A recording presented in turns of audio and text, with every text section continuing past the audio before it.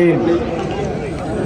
আজ বাংলাদেশ জামাত ইসলামী কর্তৃক আয়োজিত এই বিশাল নির্বাচনী সভায় উপস্থিত থাকবেন সভাপতি এবং অন্যান্য দলের বিশেষ অতিথিবৃন্দ।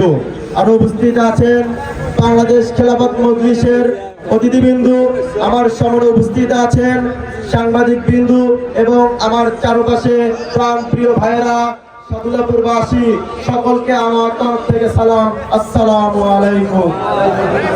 আজ বাংলার মানুষ পরিবর্তন চায়, আজ বাংলার মানুষ শান্তি চায়, আজ বাংলার মানুষ ইনসাফ চায়, আজ বাংলার মানুষ সংসদে কোরআন চায়। সুতরাং বাংলার মানুষ সিদ্ধান্ত নিয়েছে তারা দাঁড়িপাল্লায় ভোট দিবে। বাংলার মানুষ সিদ্ধান্ত নিয়েছে তারা হ্যাঁ ভোটের পক্ষে ভোট দিবে। সুতরাং আমি বলতে চাই, বাংলার মানুষ সিদ্ধান্ত নিয়েছে তারা 10 দলীয় প্রার্থীকে ভোট দিবে। দাঁড়িপাল্লার জয় জয় দেখে আজকে এক দলের মাথা নষ্ট হয়ে গেছে, তারা আমাদেরকে ভয় দেখাচ্ছে।